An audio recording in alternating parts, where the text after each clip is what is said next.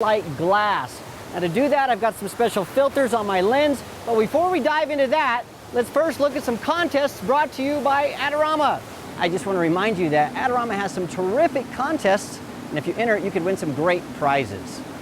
Well, to set up this shot, I've done 5 major things, but before we get into those things, let me talk to you about the settings on my camera. I've set this to aperture priority mode, and I'm shooting at f20 at ISO 100, and the camera's going to figure out the shutter speed for me because I'm in aperture priority mode.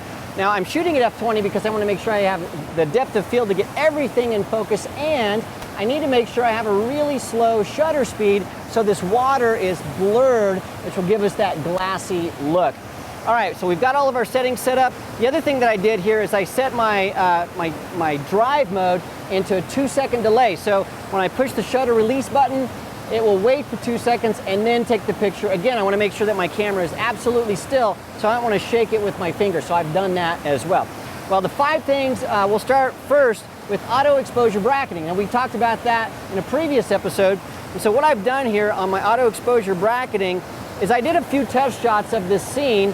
The exposure, the auto exposure is off by about a stop. So I'm setting my exposure compensation to +1 stop, and then I'm bracketing, and I'm taking actually 5 photos, and I'm bracketing by +2 stops. So plus and minus 2 stops. So I've done that. The second thing I've done here is on the front of my camera, I've put a neutral density filter. I've got an ND4 filter. That's going to cut the light coming through my lens significantly, and that will allow me to have a longer exposure, and that's sort of the secret of the shot. You need a neutral density filter to really cut down the light. And then in front of the lens, I have a circular polarizer.